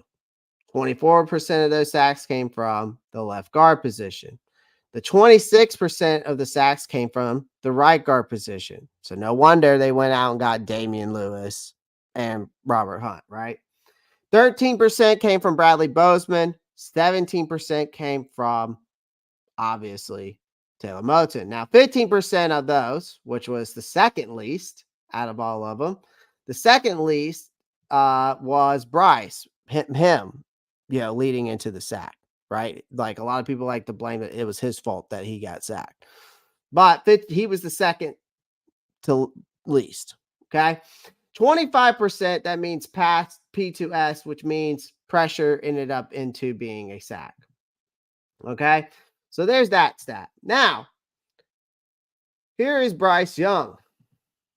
This is what is called how often a quarterback throws to open/wide open receivers charted accuracy. Percentage of throws where receivers has open separation. So this bottom line, these percentages, 25, 30, 25, 35%, 40%, is how often these receivers were either open or wide open. Here's Bryce Young, below 25% of our wide receiver core. That was from week 1 to week 10 last year. So, again, facts, all right? Above 75%. Do you know what that means? That means that Bryce Young was very precise in tight windows and tight situations. Just to show you that stat. Okay? So people who want to believe that the wide receiver separation wasn't an issue last year, well, look at Mac Jones. You know who was also on that list? 3 of the wide receivers on the worst separation rate list. The New England Patriots had 3 wide receivers on the top 10 list that were worse in creating separation. Guess who had 2 of them? Jonathan Mingo and DJ Chark were on that top 10 list. Here it is. This just proves that we had separation issues last year. And I've been saying it. We had separation issues in the beginning. And I'm going to show you another fun fact. If y'all want to talk about something else, I got you. Quarterback prospects, career sacks, avoidance, right, equals better and big time throw rates. So I'm going to show you this. So this is pressure to sacks. This is how many times throughout his career, that's including from college to the pros. Okay. Now, of course, this is different, but this says that, and right is better. You want to be right and you want to be up, right? You want to be up and right. Well, Bryce Young, from pressure to sack, is below 15%. Okay. Or it's above 15%. I'm sorry. So it's around 16%. But big time throw rate is at 6%. Okay. Look what other guys are around him. There's still, there's decent names. There's decent names around him. Of course, you want to be further right, and of course, you want to be above, but there's decent names. Obviously, you want to be over here, but He's right there. So you're saying he couldn't throw over 20 yards. He needs a college open. That has nothing to do with what I was saying in that you obviously didn't read the chart. Again, in this is percentage of throws where wide receivers has open separation. This is highly accuracy rate. So passes 5+ yards downfield. Okay, so that's 5+ yards downfield. Again, you want to be up here.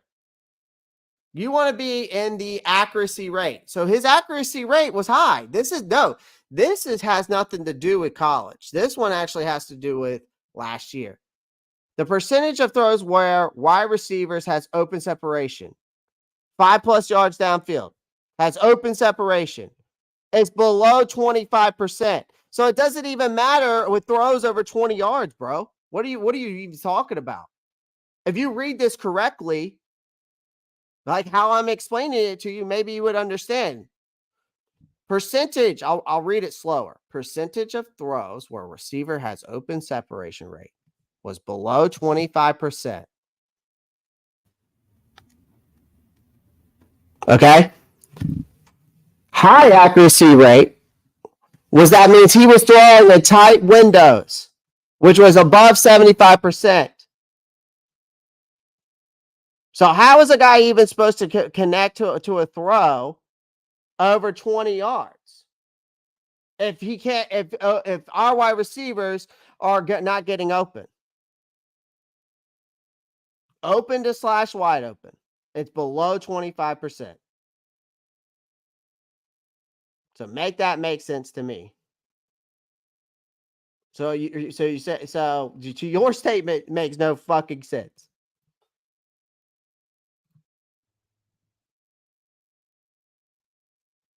So that's what I'm trying to make sense to this too. All right. So now we got that out the way. We got the pressures out the way. Now, this one says how often quarterback prospects were at a partially responsible for pressures faced. I think I showed that one. No, this is not the one. Okay, so how often the prospects were at least partially responsible for pressure. Okay, this is college. So self-allowed pressures. Okay, so so over here, self-allowed pressures. You want to be over here to the right side. Pressures to sack, that's on him. So below 15%, right around 25%. Okay. Now let's go over to this one. Here we go again. So receivers, data scores, first read, target shares, open score rate, first read. Look at that. First read. If it's Jonathan Mingo, that son of a bitch couldn't get open.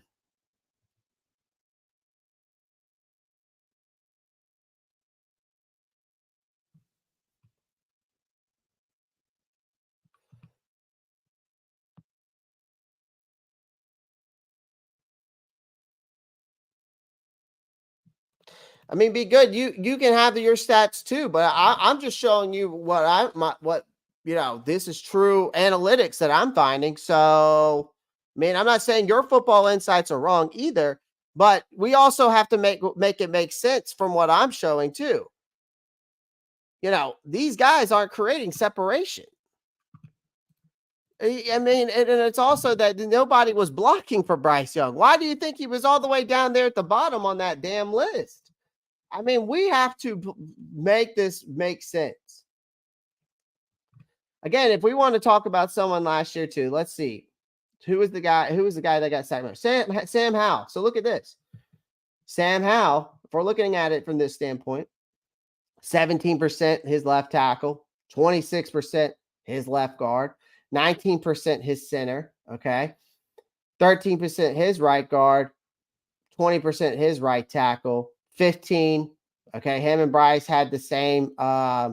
They allowed them the same amount, 15%. It was on them that got the sack. What that means is that he So on that QB thing, I do want to make this clear for this allowed pressure chart. That means that he was the problem as to the reason why the sack. Like he was the problem. Now the pressure to sack, that means that whenever pressure came through, that's how it turned into a sack. So that's just the percentage of how often they got sacked. Sam Howell is at 23%. Bryce Young was at 25%. Okay. But the right guard position and the left guard position were the worst positions. And why do you think they went out and got Robert Hunt? It's ridiculous. I mean, it's just proven that we needed that. But again, you can't deny facts here, man. I mean, 1 to 10 weeks, percentage of throws where wide receivers open, it was below 25% that our wide receivers were getting open. And that's 5+ yards downfield. So that doesn't matter if it's 10 yards, 15 yards, 20 yards, 30, 40, 50, whatever. They're not open. It says 5+ yards. So that they take it into context of as far as you want. But still, the kid was throwing above 75% in those tight windows. That's all I'm saying.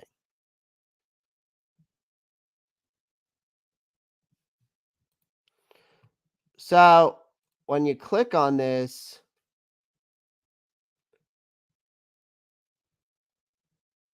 so here's a nice little video analysis. Struggles in contextualizing what is going on in Carolina right now. This is a very hard situation for the #1 pick to succeed in.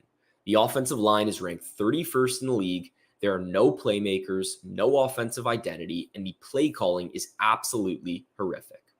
And a lot of people, specifically in the comments of my last post, point to the mistakes that Bryce is making that are clearly on him. And you're right, he is making a fair share of self-inflicted mistakes. But I think when you're in a situation like this, where every time you snap the ball and nothing goes right around you, you become prone to committing these uncharacteristic mistakes that you wouldn't otherwise commit in a good situation. I see it a ton in my own quarterback with Mac Jones in New England. A lot of these mistakes are on him, but they're induced by his confidence already being shot down.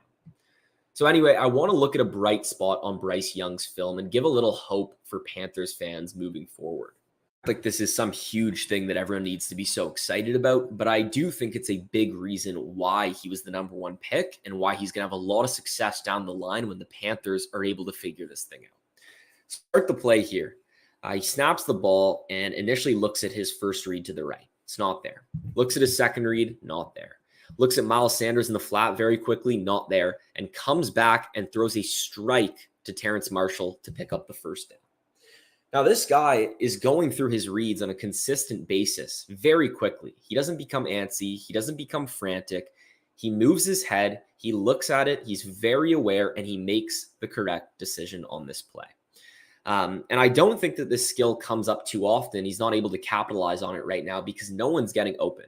So let's take a look at this second play here where he ends up throwing it away, but it's more of the same here. His head is moving very quickly. He's aware of where everyone is on the field. He's making quick looks, and he wants to go through his progressions, which is very rare for a rookie quarterback. So he snaps the ball. He looks to his left. It's not there. He comes back to the middle. Not there. Looks in the flat. Not there. Comes back to the middle and escapes to throw this ball away instead of taking a sack. Again, like I said, very rare for a rookie quarterback to want to go through his progressions, to naturally be able to move his head that quickly and look at where everyone is on the field. I know that it's hard to overlook some of the bad football being played by Bryce Young and the Carolina Panthers right now, but this is truly a bright spot for the future. It's the reason he was drafted #1 overall. He has amazing processing and instincts and awareness on the field, and it's going to show up more and more as the Carolina Panthers continue to surround him with talent. Might have to go back and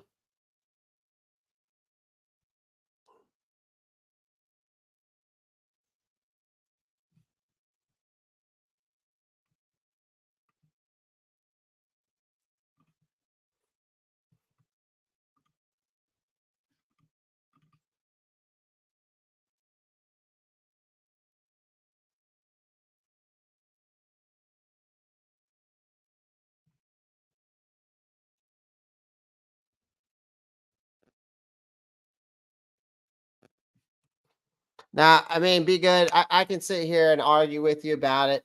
I mean, listen, man.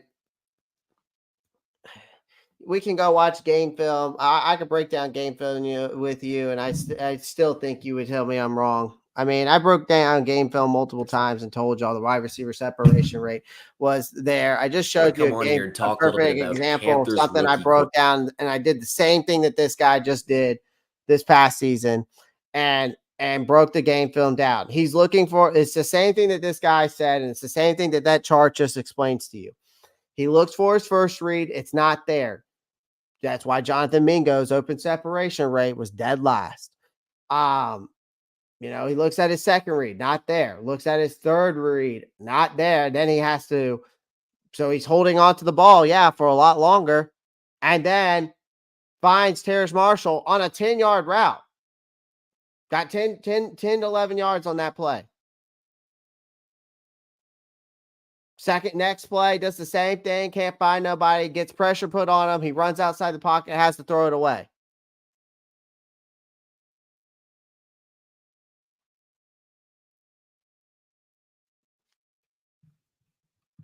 That's all I'm going to say.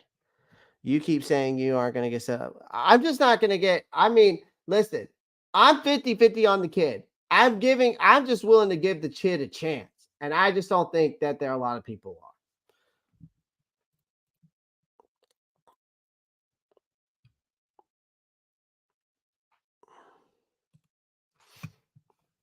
So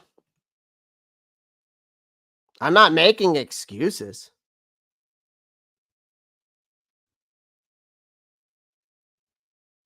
I'm not making excuses. Never made excuses for the kid. But I came on this show every day. I came on this show and broke it down every day. Y'all know how I feel. He had his good, he had his bad, and then here's the challenges ahead. That's where I'm going to leave it at that. But again, I can make facts. I can find facts. I got receipts. Again, it does not matter. People who don't believe in the kid are just not going to believe. And that's fine.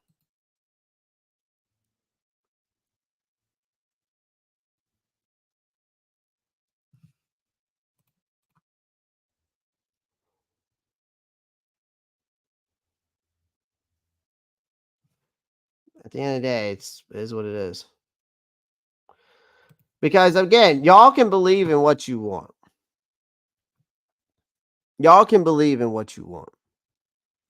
You can believe any narrative you want.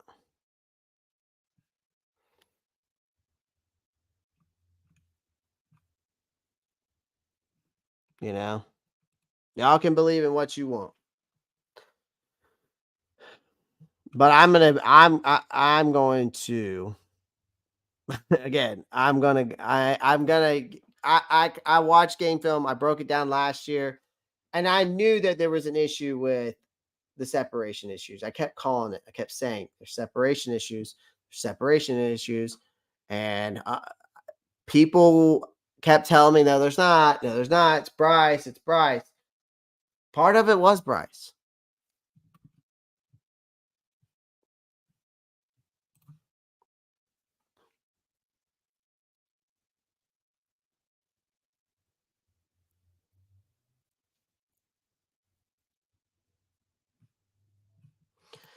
You've only stated one fact in numbers. I've stated like 4 or 5 things with numbers. Be good. My numbers, I have more numbers than you definitely do. I'm no offense to you. I really do. I can pull up so many stat sheets and so many more of those kinds of sheets that I just showed you, because you just said that the analytics aren't everything, right? But now you're saying that the stats I prove me right. But then prove you right over me. But then you say you hope you're wrong. So I thought the analytics weren't wasn't everything. See now, because now I'm showing analytics and stats and facts too, because I can do that. I have plenty of receipts.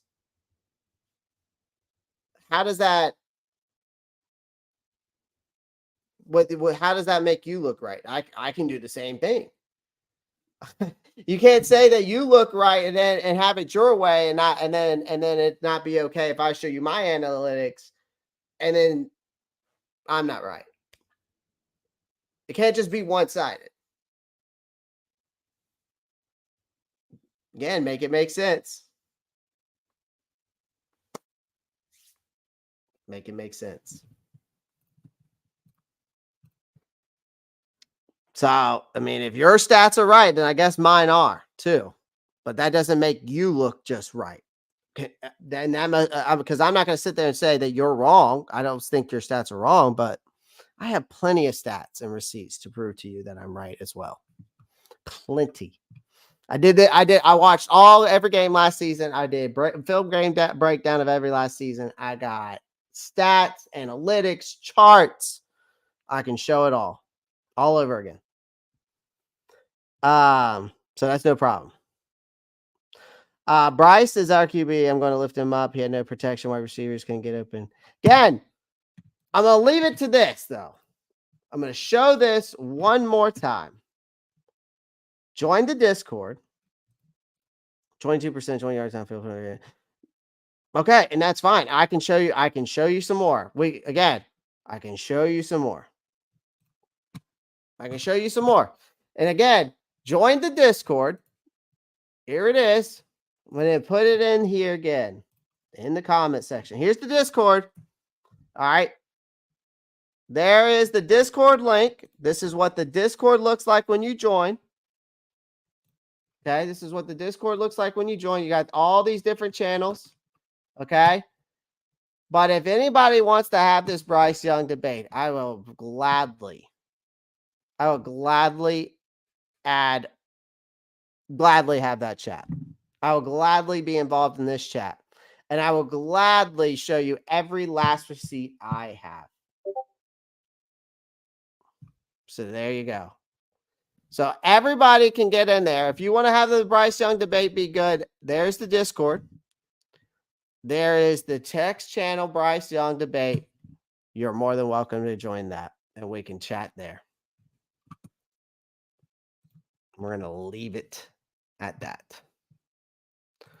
All right, guys, I appreciate everyone joining the live stream. I'm actually going to go to the gym myself. Okay. All right. I'm going to go ahead and go to the gym myself. It is that time of the day to end it here. I think that we had some good topics. I think we had some good discussions. I love it. I love the debates. I even love that Be Good is in here getting everybody wound up as he does always. We talked about the Panthers news and updates, emerging Panthers prospects, the pursuit of Jadeveon Clowney, the rising challenge for Bryce. And then we talked about the blueprint, Dan Morgan's. We broke down his free agent video. That was nice. Talked about the Nick Scott signing. And then we also talked about the reasons for hope in Carolina. So I gave you my reasons. Again, if y'all want to have that debate, there's the StreamYard link or the Discord link. Go for it.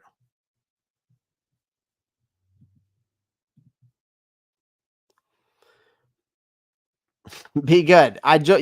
We can brace the debate in the Discord, and then and if we get that Discord debate going, we can post it up, and then we can talk about it on there. And then we can post it up on the StreamYard, and we'll say we'll see who won the debate. But everybody can come in there and debate. I think everybody should be able to come in there and debate. So again, join the Discord. We can debate in there. Maybe one day. How about one of these days I will pull up the Discord, or I'll pull up not only the Discord, but I'll pull up the StreamYard. I'm thinking about how we can do this because I don't want it to be a clusterfuck. Because I know how these debate things can get. It ends up being like everybody talking over one another. Then it ends up everybody calling each other names. I think what I'm going to do is I will be the person that handles that debate thing. And I'm going to give everybody like a timer. And I'm going to time you. And you get to say your thoughts about Bryce Young. We'll make it a thing where people can come and join the StreamYard link or join the stream. Okay. I'm going to put a timer. All right. We're going to put a timer up on the stream. And everybody gets I don't know, maybe like 5 minutes or 3 minutes, whatever the case may be, to make their case, right? Whether it's for Bryce or not Bryce. And then once you say your piece, that's it. Because I'm not going to have everybody like go nuts. Just not going to do it. Nah, I'm not going to see. No, that's not how it works, man. It's not how it works. So we got the Ropp Star channel. We got the giveaway channels. There's a bunch of channels in there. But again, be good. Join the Discord, man. We can have the debate there. I got plenty of receipts for you. I love to have, besides that, this is the only stat I've seen you throw up. This one, those two stats is the only ones I've seen you throw up. Okay, those two stats are the only stats you've thrown up. I've thrown up multiple stats. So if that's the only ones you got, you're going to have to come up with more because I can show you.